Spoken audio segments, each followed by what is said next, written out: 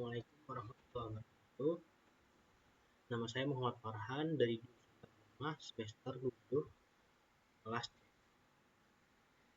Di sini saya akan membahas kritik terjemahan hadis terbain ke-23 yang bertemakan bersegera melakukan kebaikan.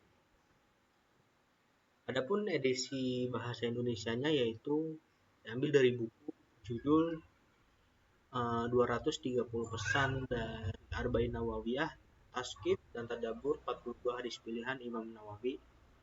Adapun edisi bahasa Arabnya itu Al-Arba'un An-Nawawiyah wal Fawaid At-Tarbawiyah.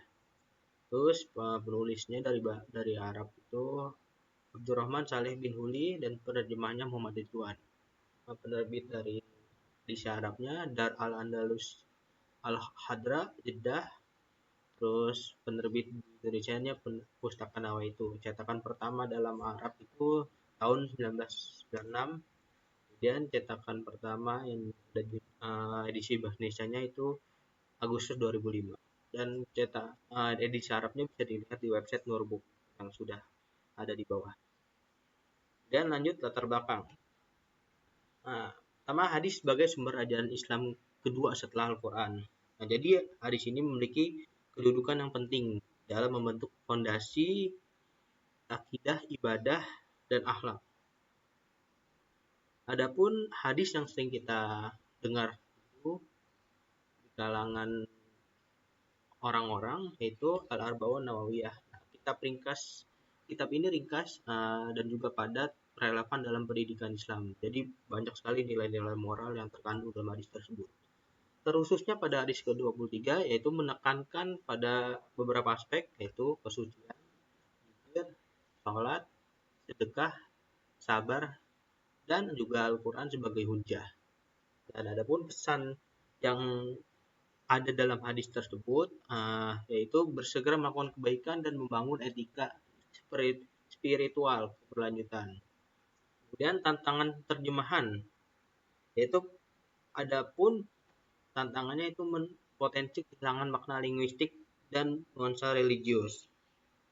Oleh karena itu perlunya kritik terjemahan untuk menjaga akurasi, konteks, dan kehikmatan bahasa. Apa sih tujuannya? Tujuannya itu menghasilkan terjemahan hadis yang lebih tepat, komunikatif, dan menjadi rujukan penelitian. Adapun kandungan hadis ke-23 ini ada 4 aspek, yaitu pertama ada bersuci, kedua ada zikir dan sholat, ketiga sedekah dan sabar, keempat ada Al-Quran. Pesan moral hadis ini menuntut pada kesalehan individual dan etika spiritual yang berkelanjutan. Jadikannya rujukan penting dalam kehidupan atau sebagai rujukan penting bagi umat.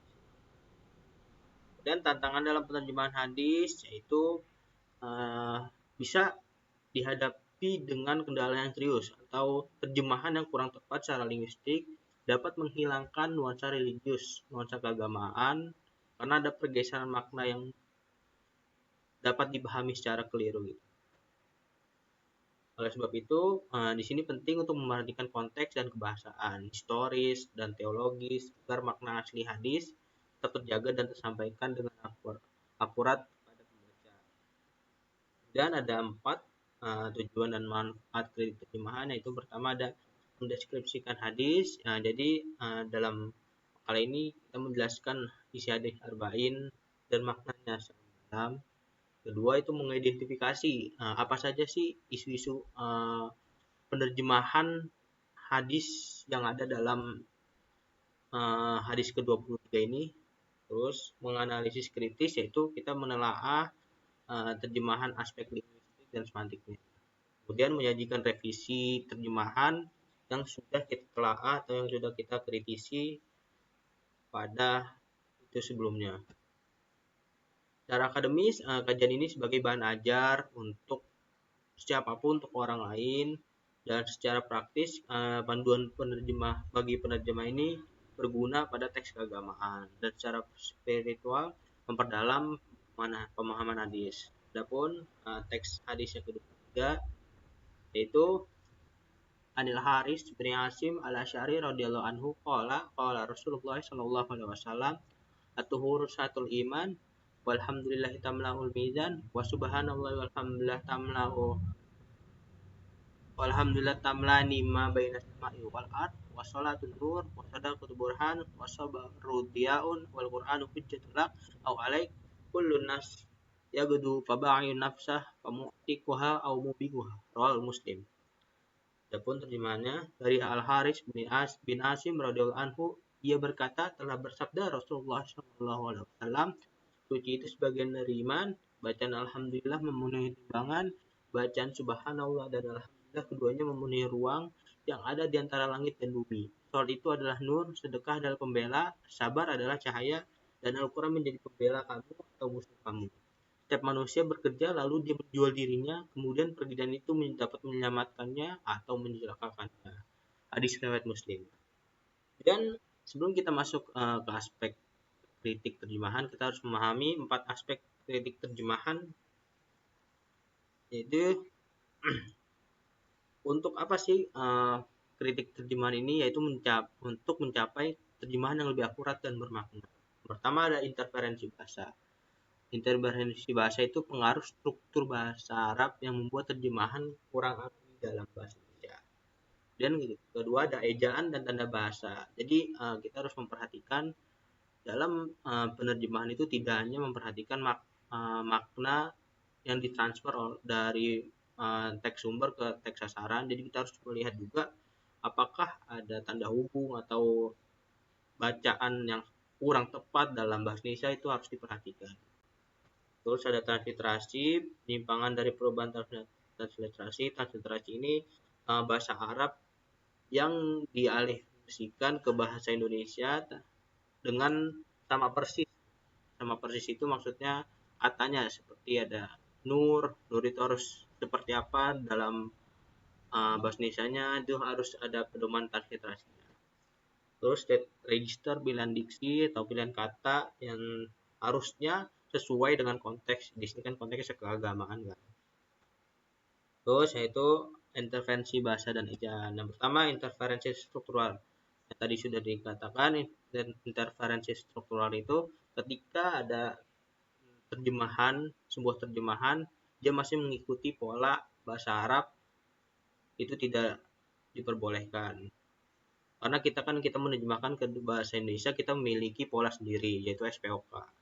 Dan sini contohnya seperti teks qala Rasulullah, pada terjemahan tersebut dia menyebutkan telah bersabda Rasulullah, dan ini masih mengikuti susunan Arab. Qala itu kan telah Rasul, qala itu kan telah bersabda, Rasulullah. Jadi yang benar seharusnya Rasulullah bersabda. Jadi polanya harus tukar karena kita mengikuti kaidah bahasa Indonesia. Terus ejaan dan tanda baca yang tadi disebutkan, kita harus memperhatikan titik, koma, tanda strip dan lain-lain, itu harus diperhatikan. Dan juga katanya harus diperhatikan apakah ini benar atau tidak. Nah, seperti pada contoh di sini teks Al-Haris bin Asim, ia berkata titik 2 Al-Haris bin Asim radhiyallahu anhu, garis ini kan kebanyakan garis tuh, garis koma, ia berkata titik 2 telah bersabda Rasulullah SAW. Nah, ini masalah penggunaan tanda hubung garis ini itu terlalu berlebihan pada teks terjemahan tersebut. Dan titik 2 yang tidak sesuai PWB. Jadi titik 2 itu ini contohnya, revisinya. Dari Al-Harits bin Asim radhiyallahu anhu, ia berkata, jadi di koma aja gitu, Rasulullah SAW bersabda, baru koma sini titik 2. Jadi harus sesuai lah ejaannya. Dan tanda hubungnya juga. Kemudian transliterasi seperti contoh Al-Harits menjadi Al-Haris. Jadi kita jangan nggak boleh sembarangan ketika ada bahasa Arab yang kita transliterasikan ke Indonesia, kita nggak boleh sembarangan Al-Haris ngikutin apa mulut kita gitu. Jadi kita harus ngikutin pedoman. Kita kan ada punya pedoman transliterasi. Nah, ini juga sallallahu alaihi wasallam, SH-nya itu tidak kalau dalam transliterasi tidak ada SH, jadi makanya sallallahu alaihi wasallam. Dan pilihan diksi, contoh sedekah adalah pembela. Jadi masalah pembela ini terlalu kasual dan terlalu hukum gitu, pembela. Jadi burhan artinya itu bisa menjadi bukti. Jadi lebih enak dalam hadis ini kan keagamaan ya, sedekah adalah bukti, bukan pembela. Terus selanjutnya ada terjemahan sabar adalah cahaya. Nah, cahaya ini masih umum, jadi bisa diganti sinar, karena sinar itu lebih terang gitu daripada cahaya.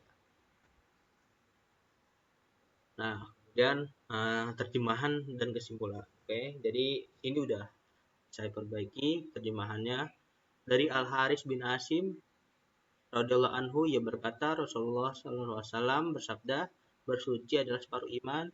Ucapan alhamdulillah memenuhi timbangan dan ucapan subhanallah dan alhamdulillah keduanya memenuhi ruang antara langit dan bumi. Salat adalah cahaya, sedekah adalah bukti, sabar adalah sinar penerang, dan Al-Quran adalah hujah yang membela atau menentangmu. Setiap manusia berangkat pagi ia menjual dirinya, maka ada yang membebaskannya atau membinasakannya. Hadis riwayat Muslim. Adapun kesimpulan sedikit, perbaikan pada interferensi bahasa antar transliterasi dan register ini memastikan kalau terjemahan hadis ini lebih akurat, alami, sesuai kaidah bahasa Indonesia dan menjaga kekhidmatan religius. Mungkin cukup sekian dari saya. Lebih mohon maaf. Assalamualaikum warahmatullahi wabarakatuh.